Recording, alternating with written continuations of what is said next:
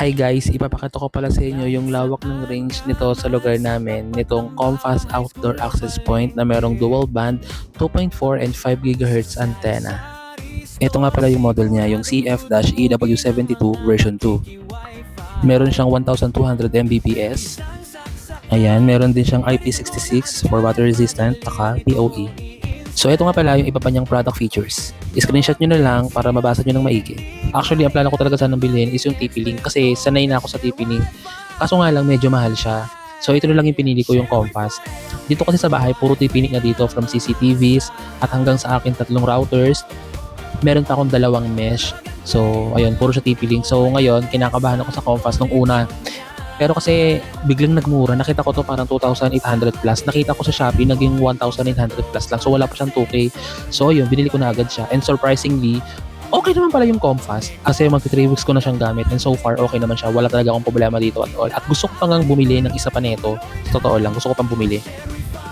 At dito nga sa mga punto na ito ay tinuturuan ko yung tropa ko kung paano kumonect sa aking share wifi gamit ang voucher code. At dito nga ay kumonect na siya at sobra siyang natuwa kasi sobrang lakas daw ng signal. Maririnig niyo naman sa video na ito. Full born. See?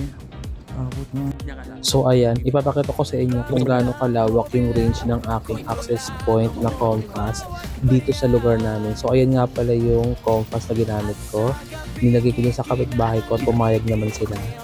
So ayan, mula doon sa AP hanggang dito sa bahay, ayan, ito yung aking share wifi na coin box. So nandiyan siya, okay. Sa taas ng bahay namin nandun yung billing router.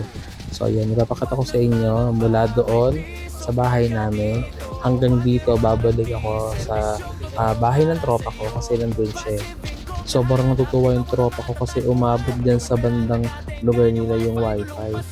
Diyan nga pala sa tindahan na yan, nagpalagay ako ng signage para malaman ng ibang tao na pwede silang bumili ng voucher dyan para makakonect sila sa aking share wifi.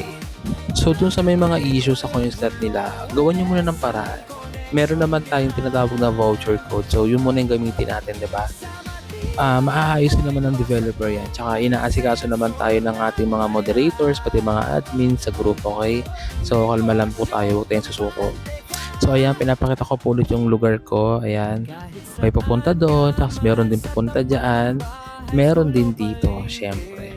Kagandahan yan, ako lang yung nag-iisang merong share wifi or piso wifi sa lugar namin. So ang daming tambay dyan.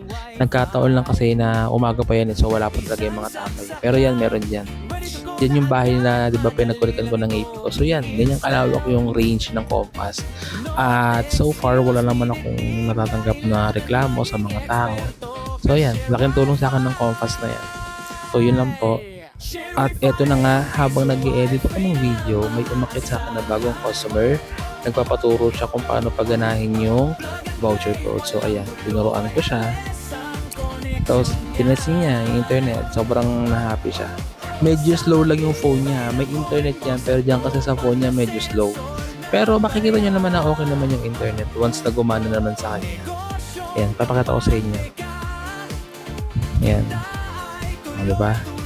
Sabi ko, testing niya mag-YouTube. And ayun, okay naman. Diba?